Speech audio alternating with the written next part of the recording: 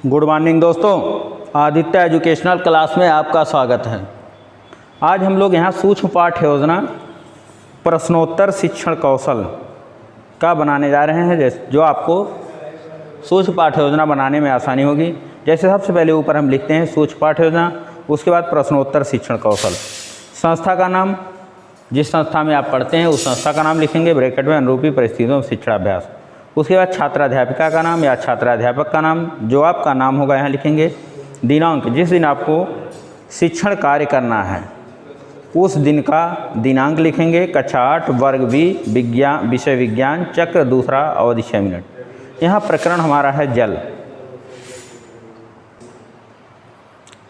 उसके बाद हम यहाँ 3 कॉलम बनाते हैं, एक में शिक्षण बिंदु, दूसरे में छात्राध्यापिका क्रिया, छात्र क्रिया, सहायक सामग्री। शिक्षण बिंदु हमारा जल है तो यहाँ जल लिखेंगे। पहला प्रश्न, पृथ्वी का कितना प्रतिशत भाग जल से घिरा हुआ है? तो छात्र बताए लगभग 2/3, मतलब 2/3 भाग जल से घिरा हुआ है। दूसरा प्रश्न, जल का सबसे बड़ा प्राकृतिक स्रोत क्या है?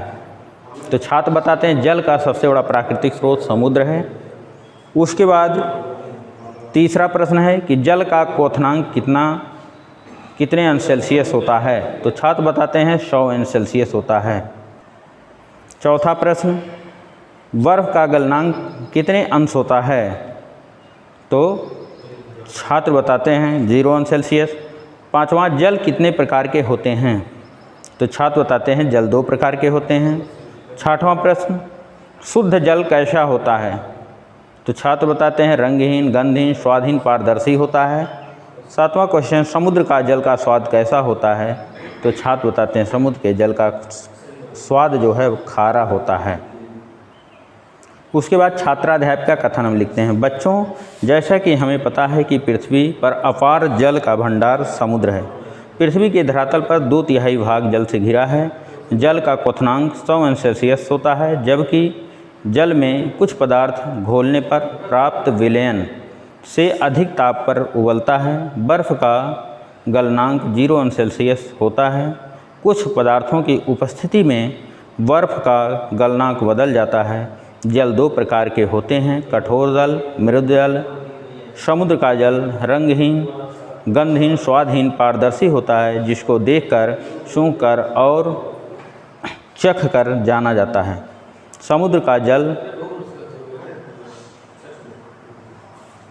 पीने योग्य नहीं है, क्योंकि समुद्र के जल में सबसे अधिक अशुद्धियाँ होती हैं, जिनमें 2.6% नमक होता है। इसी कारण समुद्र का जल खारा होता है। इसे पीने योग्य एवं कृषि के उपयोग में नहीं लाया जाता है। उसके बाद फिर हम नीचे बनाते हैं प्रश्नोत्तर शिक्षण कौशल की निरीक्षण एवं मूल्यांकन तालिका। एक में क्रम संख्या लिखते हैं, प्रश्नोत्तर शिक्षण कौशल के घटक, मूल्यांकन तालिका में न्यूनतम अधिकतम। पहला जो घटक है यहाँ प्रश्नोत्तर शिक्षण कौशल का, क्या प्रश्न अस्पष्ट हैं? मूल्यांकन तालिका में 0, 1, 2, 3, 4, 5, 6। दूसरा घटक, क्या प्रश्न नुकीले थे?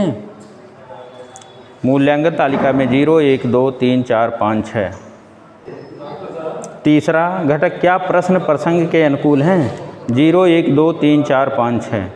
चौथा घटक, क्या प्रश्नों के माध्यम से छात्रों का ध्यान आकर्षित किया गया?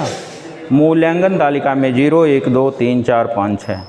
पाँचवा घटक, क्या प्रश्न एक दूसरे से संबंधित हैं? मूल्यांकन तालिका में 0, 1, 2, 3, 4, 5, 6। छठवां घटक, क्या प्रश्न छात्रों के बौद्धिक स्तर के अनुकूल थे? मूल्यांकन तालिका में 0, 1, 2, 3, 4, 5, 6। सातवां घटक, प्रश्नों का वितरण पूरी कक्षा को ध्यान में रखकर किया गया। मूल्यांकन तालिका में 0, 1, 2, 3, 4, 5, 6। आठवां घटक, क्या अनुशीलन के प्रश्न पूछे गए? मूल्यांकन तालिका 0, 1, 2, 3, 4, 5, 6। नौवां घटक, क्या प्रश्नों में क्रमबद्धता थी? मूल्यांकन तालिका में 0, 1, 2, 3, 4, 5, 6। उसके बाद आलोचना या एवं सुधार हेतु सुझाव। यहाँ पर्यवेक्षक द्वारा शिक्षण कार्य करते समय आलोचना की जाती है। आलोचनाएं जो होती हैं पॉजिटिव और नेगेटिव दोनों प्रकार के किए जाते हैं, कि आप में क्या कमियां हैं, क्या अच्छाइयां हैं। छात्र उसको देख करके अपने शिक्षण कार्य में सुधार ला सकता है। उसके बाद नीचे जो है पर्यवेक्षक यहाँ सिग्नेचर कर देते हैं। Thank you class. दोस्तों अगर ये वीडियो आपको अच्छा लगे तो इसको लाइक कीजिएगा, सब्सक्राइब कीजिएगा, अपने दोस्तों में शेयर कीजिएगा, जिससे मैं पुनः अगला वीडियो अपलोड करूं तो सबसे पहले इसकी सूचना आप तक अवश्य पहुंचे। धन्यवाद।